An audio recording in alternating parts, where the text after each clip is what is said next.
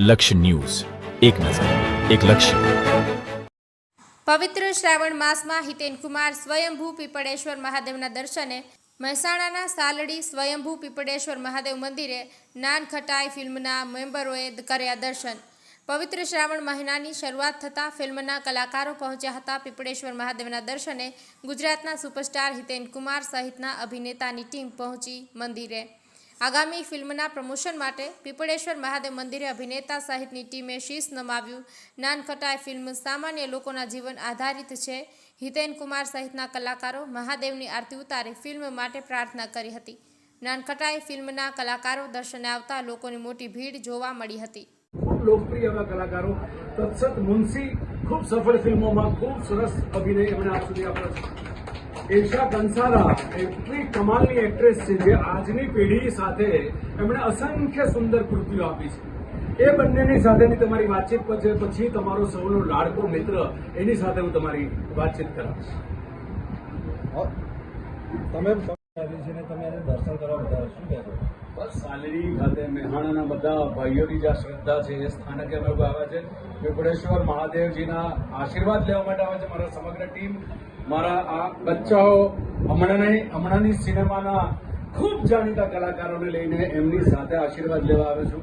મહાદેવજીના શ્રાવણ માસમાં નાનખટાઈ નામની ફિલ્મ અમે લોકો લઈને આવી રહ્યા છે 8મી ઓગસ્ટે. અને એ તબક્કે એ અભિયાન અમે લોકો જાહેરાતનું કે પ્રમોશનની અમે લોકોએ આ મંદિરના દ્વારે આવીને ઈશ્વરના આશીર્વાદની સાથે શરૂ કર્યું છે. આશીર્વાદની સાથે અમને તમારા બધાના આશીર્વાદની પણ જરૂર છે. જે કક્ષાએ તમે લોકોએ આટલા વર્ષો સુધી પ્રેમ કર્યો છે એટલો જ એનાથી વધારે વરસાદ આ મારા બચ્ચાઓની ઉપર તમે લોકો વરસાવો, કારણ કે આવનારું આપણું ભવિષ્ય એ લોકો છે. અને અમારી નાનખટાઈની સમગ્ર ટીમને તમારી આશીર્વાદની જરૂર છે. 8મી ઓગસ્ટે આપણી આજુબાજુના સિનેમાગૃહમાં અમે લાવી રહ્યા છે.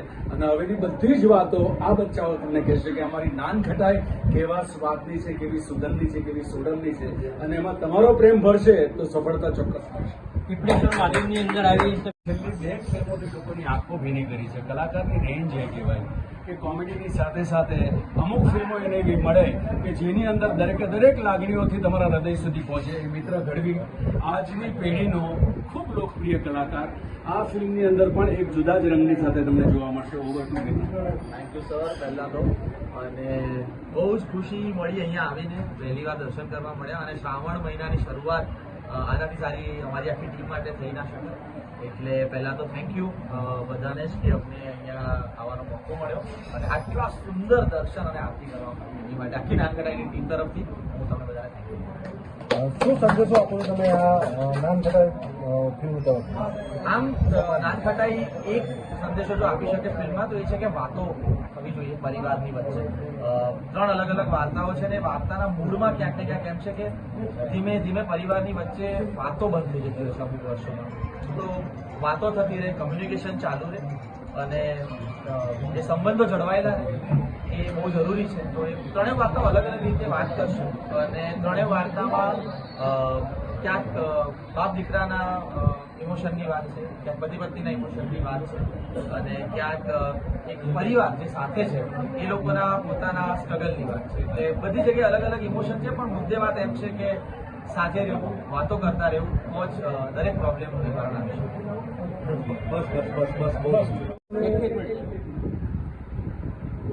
આ મંદિરના સ્થાનકે આવવાનું પણ અમે નક્કી નથી કર્યું, ઈશ્વરે નક્કી કર્યું છે.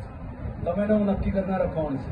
પણ શ્રાવણમાં શરૂ થયો ને એ વખતે એક આપણા મિત્રો તરફથી એક વાત આવી કે આ નવું મંદિર આ રીતે સ્વરૂપ પામ્યું છે.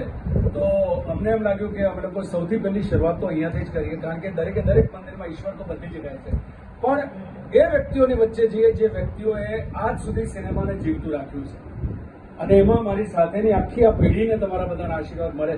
કારણ કે મહેસાણા હોય કે સૌરાષ્ટ્ર હોય, ત્યાંના પટેલોએ જે પ્રેમ કર્યો છે આપણી સિનેમાને, એ પ્રેમ એમના સુધી પહોંચે એ વિનંતીની સાથે ઈશ્વરના દરબારમાં મેં આજે પ્રાર્થના મૂકી છે. અને એ જ કારણસર આ મંદિરમાં આજે જે અનુભવ થયો છે બહુ જુદો છે. રોજ જુદા જુદા મંદિરે જવાનું, પણ અમુક જ સ્થાનકો એવા છે જ્યાં તમને એક દિવ્યતાનો અનુભવ થાય, એક નાદ તમને સંભળાય. અને એ કદાચ તમારા બધાનો પ્રેમ આ મંદિરને બનાવવામાં જે છેલ્લા 10 વર્ષમાં તમે લોકોએ જે રોક્યો છે એ જ કદાચ છે. એના આશીર્વાદ થકી આપણે બધા આગળ વધી શકીશું. એ જ કારણ છે આ મહાદેવજીના દર્શન.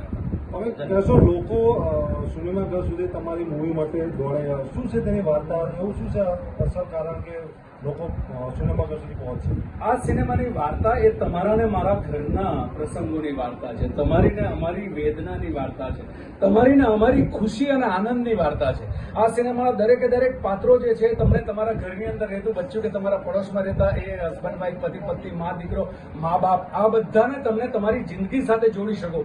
ઘણી વખત એવું થાય સિનેમા આપણે જોઈએ તો આપણે કયા કેરેક્ટર્સની વાત કરીએ છીએ, અમારા જિંદગી સાથે તો ક્યાં જોડાયેલા નથી, પણ નાનખટાઈના મારા આ દરેકે દરેક પાત્રો એ તમારી આજુબાજુ તમારા સગાવાળાને ત્યાં જીવતા એમના દીકરા સ્વરૂપે, એમના ભાઈ સ્વરૂપે, એમની પત્ની સ્વરૂપે, એમની પ્રિયતમા સ્વરૂપે કે મધરના સ્વરૂપે, ફાધરના સ્વરૂપે જીવતા પાત્રોની એક કથા લઈને આવ્યા છે અમે લોકો. 3 જુદી જુદી વાર્તાઓ એક સિનેમામાં આપણે જે એક જ વાર્તા, એક રાજા હતો, એક રાણી હતી, ત્યાર પછી એક રાવણ આવ્યો ને પછી મારામારી કરીએ, પછી ખુશાંત કે દુખાંત આપણે કરીએ. પણ આ સિનેમામાં તમને એક ટિકિટમાં 3 વાર્તાઓનો આનંદ મળશે, એ 3 વાર્તાની અનુભૂતિ મળશે અને એ વાર્તાના દરેકે દરેક પાત્રો તમારા ને મારા ઘરની અંદર જીવતા પાત્રો છે. સિનેમાના હીરો તરીકે નથી આવ્યા, સિનેમાના હિરોઈન તરીકે આ પાત્રો નહીં હોય, પણ તમને એમ જ લાગશે કે આ મારા ભાઈની વાત છે, મારા બાપની વાત છે, મારી બહેનની વાત છે, મારી પત્નીની વાત છે, મારી પ્રેયસીની વાત છે. એટલે તમારી ને મારી વાત લઈને આવ્યા છે નાનખટાઈના નામે. નાનખટાઈ એટલે એવી વાનગી કે જે અત્યંત ચકાચોંધની અંદર લાલ ભડક રંગોમાં કે તીખી તમતમતી ના હોય, પણ મોઢામાં મૂકો અને કલાકો સુધી એનો મગમગાટ તમારા જીવનમાં રહ્યા કરે.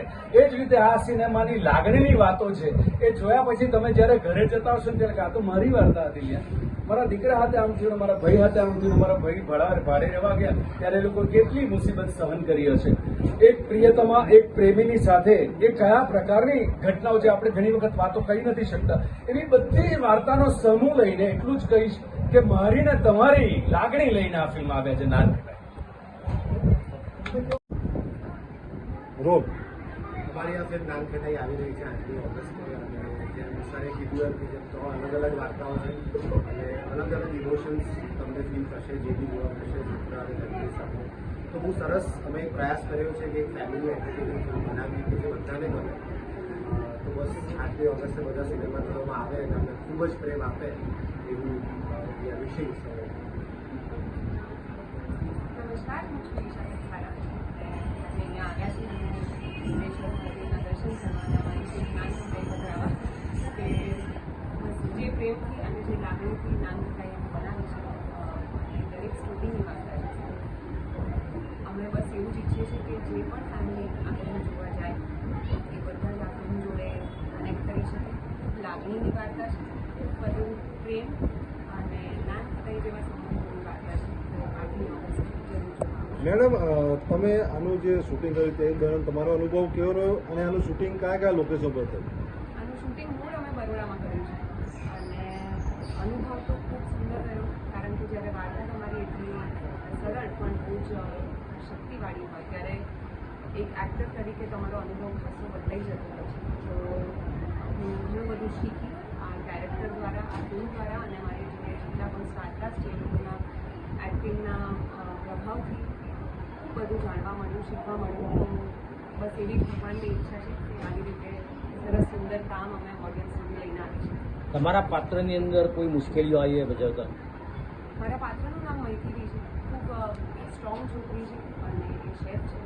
બાકી જેમ રોજિંદા જિંદગીમાં આપણા જીવનમાં ઘણી બધી મુશ્કેલીઓ આવતી હોય છે એવી જ રીતે મૈથિલીની પણ ઘણી બધી તકલીફો છે જે એને શેર કરતાં કદાચ નથી આવડતી, પણ જ્યારે આ ફિલ્મ લોકો સુધી પહોંચશે અને એ લોકો જોશે તો હું બસ એટલું જ ઈચ્છું છું કે ઘરમાં આ બધી જ વાતો થતી રહે, ઘરમાં લાગણીઓની વાતો થતી રહે, એ પછી મા બાપ વચ્ચે હોય, બાપ દીકરા વચ્ચે હોય કે પોતાના પાર્ટનર જોડે હોય, બસ વાતો થવી જોઈએ. આપના પાત્રથી મહિલાઓ પર શું અસર થશે?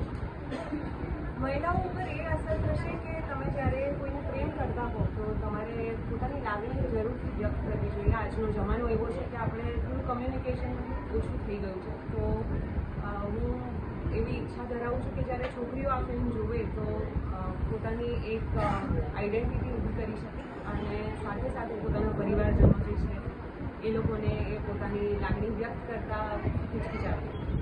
તમે આ હિતેશભાઈ સાથે જે કામ કર્યું એમાં તમને કેવો અનુભવ થયો? હિતેન સર ઓલવેઝ લેજેન્ડ રહ્યા છે અને રહેવાના છે અને એ એક અલગ એક્સપિરિયન્સ હોય છે કે જ્યારે તમે આટલા સિનિયર અને અનુભવી એક્ટર જોડે કામ કરતા હો છો. શીખવા તો મળે જ છે, પણ તમને સાથે સાથે એક જે એક્ટર સાથેનું જે સ્ટારડમ કઈ રીતે મેનેજ કરવું એની ઘણી બધી અમને ટિપ્સ મળતી હોય છે યંગસ્ટર્સ. તો એ બાબતે હંમેશા હિતેન સરને થેન્ક યુ અને ઓલવેઝ આઈ હોપ કે એશા આ દીકરી માટે બહુ સરસ મજાના માહિતી તમને આપું કે ઘણી વખત તમે કલાકારો કહેતા કે આ ફિલ્મ માટે તમે લોહી પાણી વહાવ્યું છે. આ પહેલી એક્ટ્રેસ છે જેણે એના હાડકા પણ તોડાવ્યા છે આ ફિલ્મના શૂટિંગ દરમિયાન. કારણ કે એટલી બધી કમાલની અભિનેત્રી છે કે એ સીનની અંદર રિક્વાયરમેન્ટમાં એ ભાન ભૂલી શકે કે મને કઈ જગ્યાએ પીડા થઈ રહી છે, અને એ સીન પત્યા પછી ખબર પડે કે એના હાથની અંદર ફ્રેક્ચર આવે છતાં પણ એને સીન અધૂરો ના છોડે અને બીજા દિવસે એ જ સમયની ઉપર એ પ્લાસ્ટરની સાથે પણ પોતાના કામ કરવા આવે. એ માત્ર એનો પ્રેમ દર્શાવે છે કે આપણી સિનેમા કે આપણી કલા માટે કે આપણી કૃતિ માટે કેટલું બધું ડેડિકેશનથી કામ કરે છે. અદભુત કલાકારો છે આજના જમાનાના આ છોકરા છોકરીઓ, અને અદભુત સફળતા એ લોકો પામે એવા આશીર્વાદ લેવા આવે છે.